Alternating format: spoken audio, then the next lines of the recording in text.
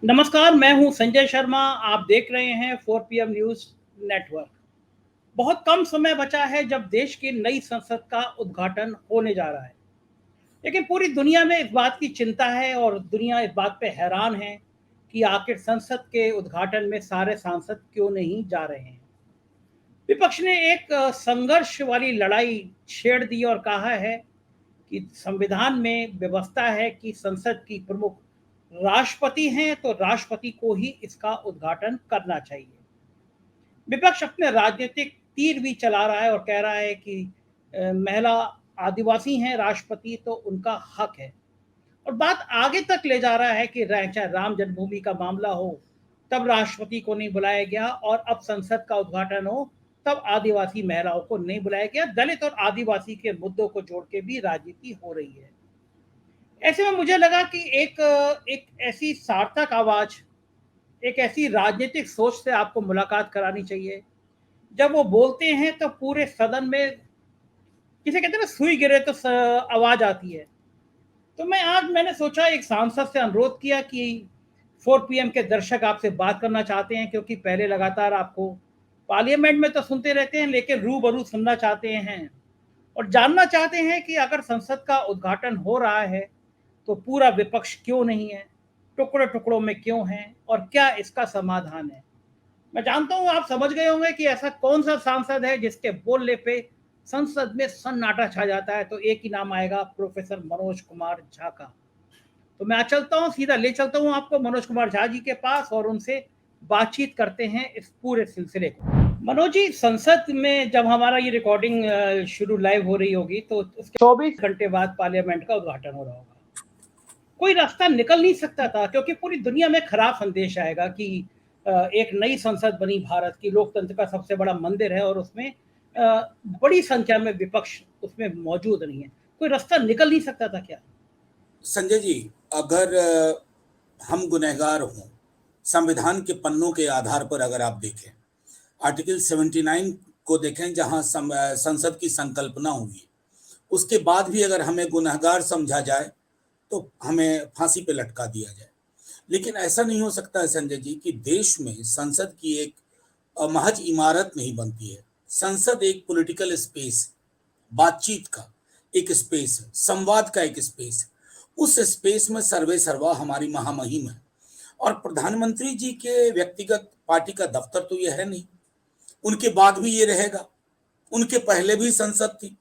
तो प्रधानमंत्री जी को स्वयं इस इस इवेंट की गरिमा को समझना चाहिए था और गरिमापूर्ण व्यवहार करना चाहिए था। लेकिन प्रधानमंत्री जी थोड़े हठधर्मी हैं। इससे पहले भी कई मौकों पे हमने सलाह दी है हाथ जोड़ के। अभी भी मैंने कहा थोड़ी देर पहले, 36 घंटे तकरीबन बचे हैं कि प्रधानमंत्री, 40 घंटे, कि प्रधानमंत्री जी कोर्स करेक्शन कर लीजिए। अभी आपको बहुत तालियां मिलेंगी, क्योंकि मीडिया के एक वर्ग पे आपने कब्जा कर लिया है। 20% की एक आबादी को आपने अपना वैचारिक उपनिवेश बना लिया, जिसको हम कहते हैं आइडियोलॉजिकल कॉलोनी। लेकिन ये हमेशा नहीं रहेगी ना।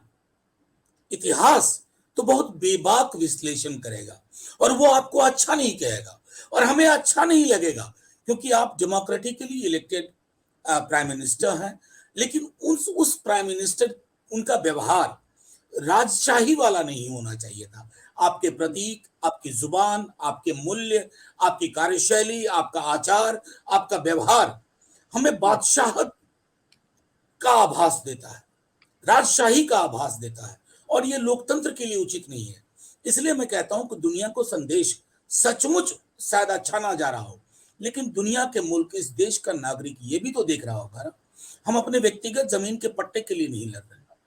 हम सिर्फ ये कह रहे हैं कि संविधान की धारा 79 के तहत, जिसका बहुत विस्तार से विश्लेषण संविधान सभा की बैठक में हुआ, उसमें राष्ट्रपति जी और लोकसभा और राज्यसभा मिलकर के संसद बनती है।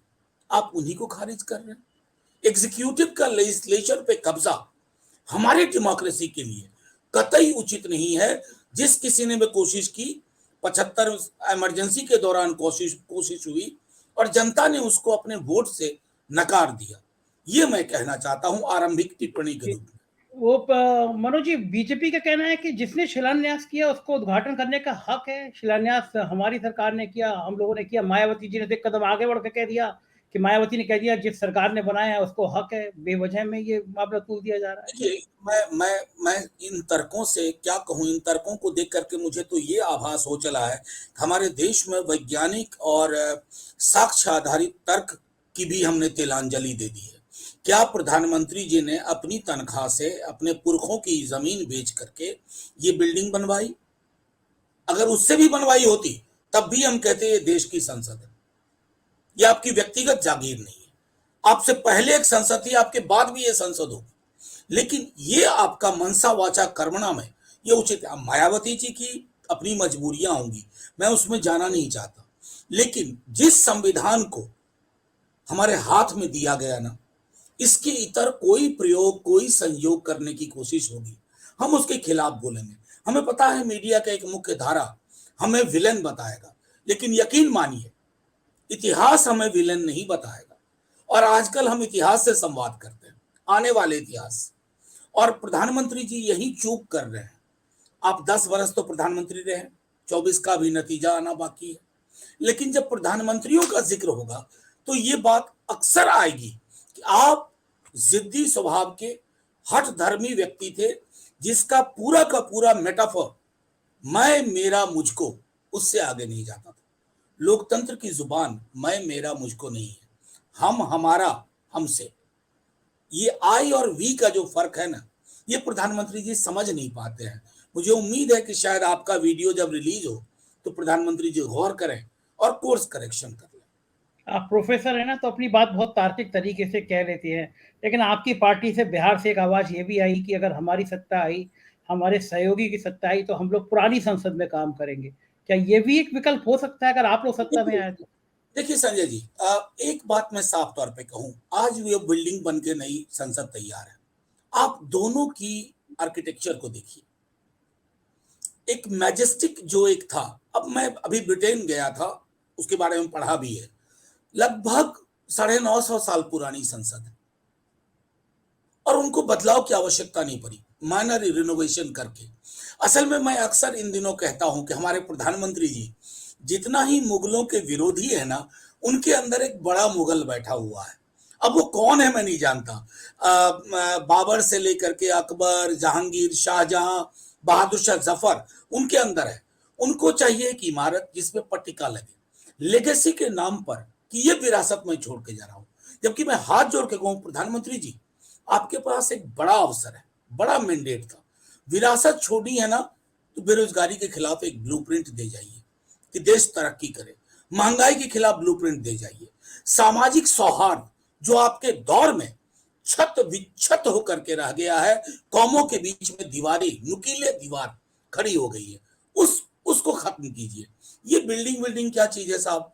आपके बाद कोई आएगा कुछ और बना लेगा। मैं सिर्फ इसने जो हमारे सहयोगी दल के हमारे एमपी ललन सिंह जी ने कहा, मैं समझता हूं कि अभी भी गौर करने की आवश्यकता है कि ये जो संसद की इमारत कोविड के दौरान बनाई गई, क्या ये आवश्यक था? कोविड के दौरान अर्थव्यवस्था छत विछत, लोग सांस, एक एक सांस को महफूज करने के लिए लड़ रहे थे।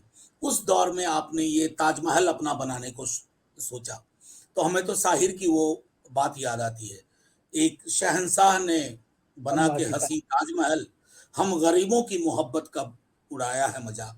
तो आज भी आपने लोकतांत्रिक प्रतिबद्धताओं का एक मजाक ही उड़ा के रख दिया। मनोज जी, कहीं ये डर ये तो नहीं कि वहां पे उस दिन वीर सावरकर, जो उनको बीजेपी वीर कहती है, उनका जयंती है, तो कहीं उनका महिमा गान होगा, उसमें आप लोग शामिल होंगे, तो आप लोग उसके वैचारिक दृष्टि से उनके विरोध में खड़े रहते हैं, तो ये टकराव वहां पे वैचारिक वैचारिक प्रतिबद्धताओं का होगा। संजय भाई, एक बात मैं बताऊं, प्रधानमंत्री जी की मैं तारीफ करूंगा कि 15-20% इस देश के लोग जरूर हैं, जिसमें हमारे आपके परिवार के लोग भी हैं, जिनको उन्होंने अपना कॉलोनी बना लिया, वैचारिक कॉलोनी। सुबह सुबह एक व्हाट्सएप मैसेज आता है, वो सच झूठ नहीं देखते हैं, जो मैसेज आया उसी को यकीन करते हैं। अगर प्रधानमंत्री जी को सावरकर के जन्मदिन से इतनी मोहब्बत, तो एक बार जब अगली बार विदेश यात्रा पे इंग्लैंड जाएं, अमेरिका जाएं, तो वहां ये कहें कि मैं सावरकर की धरती से आया हूं। क्यों कहना पड़ता है कि मैं गांधी की धरती से आया, मैं बुद्ध की धरती से आया हूं? यहां आप लाख जहर घोल लीजिए सावरकर के नाम पर। प्रधानमंत्री जी, आपकी भी मजबूरियां हैं, चाहे अनचाहे आपको ये बताना पड़ेगा कि आप गांधी की धरती से आए। तो ये विसंगति क्यों कि विदेश की धरती पे एक जुबान और देश की धरती पे एक जुबान?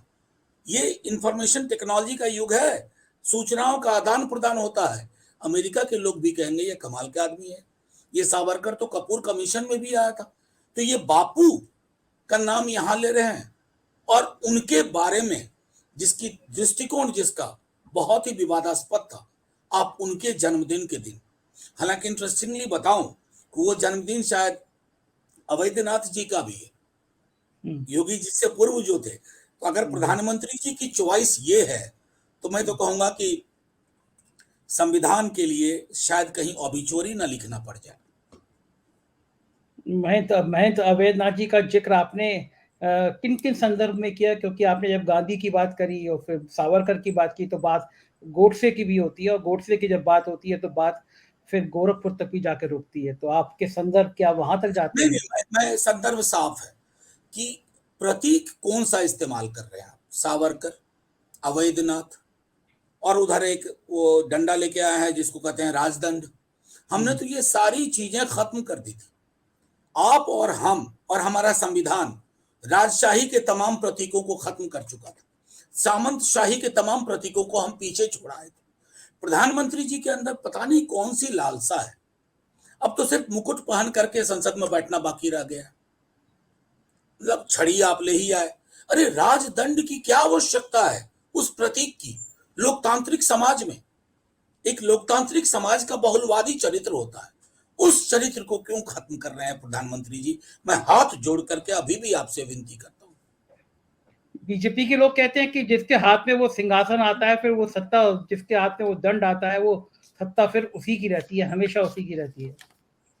देखिए, बीजेपी के लोगों के साथ तो मैं मानता हूं कि वैज्ञानिक सोच का भयंकर अभाव है।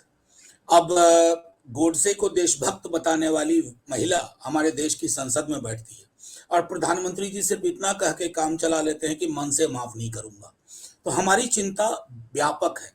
मुझे लगता है ना कि बीजेपी के लोगों को भी एक बार, क्योंकि मोदी जी के बाद भी तो बीजेपी नाम की पार्टी रहेगी, मैं उससे इनकार नहीं करता हूं। मैं मोदी जी की तरह कांग्रेस मुक्त भारत, विपक्ष मुक्त भारत, हमें साहब भाजपा मुक्त भारत नहीं चाहिए, क्योंकि हम इस तरह के हिंसात्मक शब्दावली के पक्ष में नहीं। लेकिन आपको ये सोचना होगा ना कि ये देश किस दिशा में जा रहा है, आप दुनिया को क्या संदेश दे रहे हैं। और अगर आपको ये चीजें समझ में नहीं आ रही हैं तो आप बौनी समझ के व्यक्ति हो चुके हो, जिसको लगता है कि साहब तेरे सुबह की जय, साहब तेरे शाम की जय, इतना कह देने भर से ही आप लोकतंत्र के नाम की एक संवाद प्रणाली का हिस्सा बने रह सकते।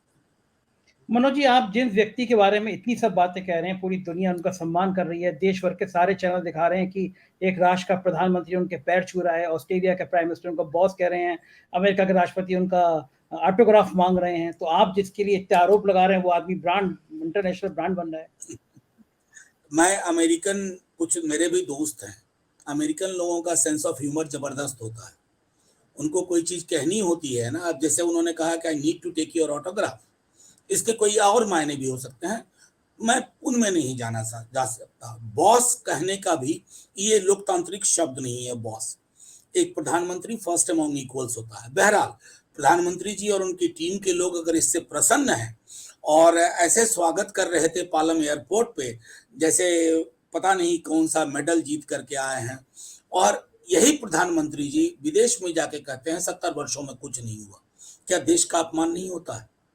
क्या हमारे माता पिता, हमारे दादा दादी, जिन्होंने इस देश के नवनिर्माण में आजादी के बाद महत्वपूर्ण भूमिकाएं निभाई, उनको आप कहते हैं आपका सिफर योगदान है? तो प्रधानमंत्री जी अक्सर क्या होता है ना, उनके स्क्रिप्ट राइटर कुछ ऐसा लिख देते हैं जिसको अगर इतिहास आगे जब देखेगा ना तो बहुत अच्छी टिप्पणी नहीं करेगा। और मुझको प्रधानमंत्री जी के लिए भी चिंता है, इसलिए ये बात कह रहा हूं।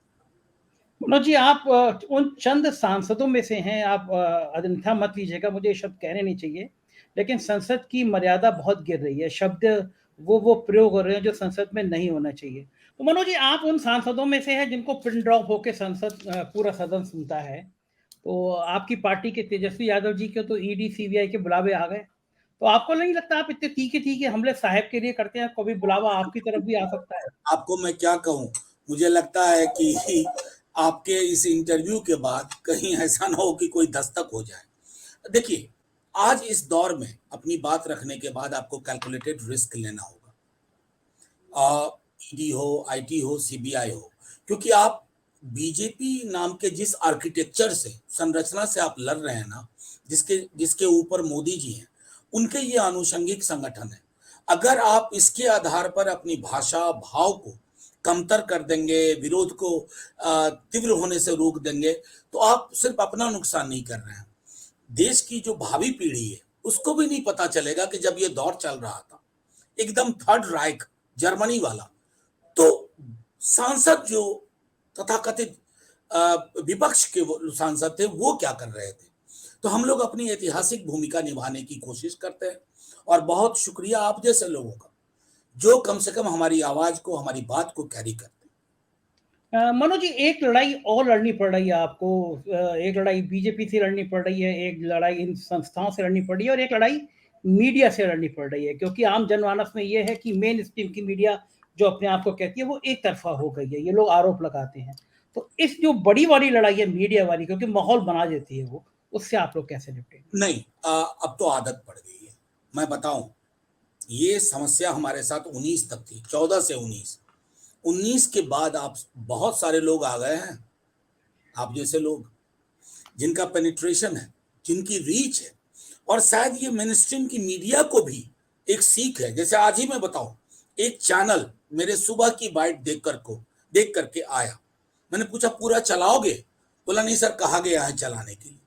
तो वो चॉम्स्की वाली बात है कि कहते हैं कभी कभी डेमोक्रेटिक दिखने के लिए भी मीडिया का एक वर्ग विपक्ष के भी स्वर को ले लेता है, लेकिन उसमें सबसे बड़ा कंट्रीब्यूशन आप जैसे उन सैकड़े लोगों का है जिन्होंने अपने छोटे प्लेटफॉर्म को इतना बड़ा बना लिया विपक्ष की उन आवाजों को सुनने के लिए, ताकि जनता तक वो बातें जाएं साफ तौर पर, बिना हिचक। और मैं समझता हूं दैट हैज वर्कड, इसका इसका फायदा हुआ है। अगर आपको लोग बंबई में सुन रहे हैं और मुझे फोन कर रहे हैं कि मैंने 4 PM पे देखा, तो जाहिर तौर पर वो जो नैरेटिव हम जिससे डरे हुए थे, अरे मीडिया तो हमारे साथ नहीं है, हमारे साथ वो मीडिया नहीं है जिसको, sorry to use that word, जिसको कहते हैं गोदी मीडिया। गोदी मीडिया नहीं है, लेकिन वो मीडिया जरूर है जो गोद में बैठने से इनकार करती है। बिल्कुल ठीक है। आपके पास समय कम है, एक दो सवाल और जरूर पूछूंगा मैं कि 2024 भाई एक पूछ लीजिए, एक पूछ लीजिए बस केवल। 2024 की लड़ाई जो है वो कांग्रेस के बिना हो पाएगी, कांग्रेस के साथ हो पाएगी, और कांग्रेस बड़ी भूमिका में रहेगी या सब बराबर की भूमिका में रहेगी? देखिए, एक बात मैं स्पष्ट कर दूं, मेरे नेता तेजस्वी जी ने भी, लालू जी ने भी कई अवसरों पर कहा है, कांग्रेस ऑल इंडिया लेवल पर मैक्सिमम फुटप्रिंट की पार्टी है। मैक्सिमम फुटप्रिंट को नजरअंदाज करके आप बीजेपी को चैलेंज नहीं कर सकते। हाँ, कांग्रेस को भी हम ये समझाने की कोशिश कर रहे हैं कि कल्पना कीजिए एक ऐसी गाड़ी की जिसमें ड्राइविंग सीट पे एक क्षेत्र में एक दल बैठे और आप सहयात्री हो। ये जो सहयात्री मॉडल है ना, को ट्रैवलर मॉडल, यही विपक्ष के लिए एक अच्छा मॉडल है, जिसमें 77 और 2002 की 4 की संभावना एक साथ होगी, जहां सारी political party first among equals होगी। और जब एक बार चुनाव हो जाएंगे, क्योंकि देखिए चेहरा वहरा के डिबेट में उलझना नहीं है, हम शैम्पू साबुन नहीं खरीद रहे हैं कि लक्स वाला मोदी जी का है, आपका वाला कौन है। तो चूंकि लोकतंत्र सामूहिकता की चीज है, तो हम सामूहिकता में जाएंगे, एक प्रगतिशील विकल्प देंगे, लोकोन्मुख कार्यक्रम देंगे, और वो कार्यक्रम जीतेगा। फिर उसके बाद अनलाइक बीजेपी जिसको एक चेहरे पे भरोसा है, हमारे पास दर्जनों चेहरे हैं जो बहुत बहुत शुक्रिया मनोज जी, आपने अपना कीमती समय दिया। Thank you. Thank you. सुना आपने, प्रोफेसर हैं तो उतनी ही तार्किक दृष्टि से, उतने ही वैचारिक दृष्टि से, और बहुत मुखर होके, और बहुत शब्दों का जो चयन है मनोज जी का वो शानदार है।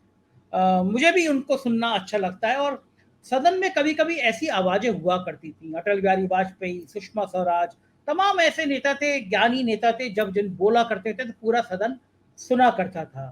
तो ये मनोज झा जी थे जो कह रहे थे कि लोकतंत्र में अब कुछ आवाज़ों का जिंदा रहना बहुत ज़रूरी है। दुष्यंत की कविता है, उसका 1-2 लाइन मैं आपको बता रहा हूँ कि अगर जिंदा हो तो जिंदा नज़र आना भी ज़रूरी है।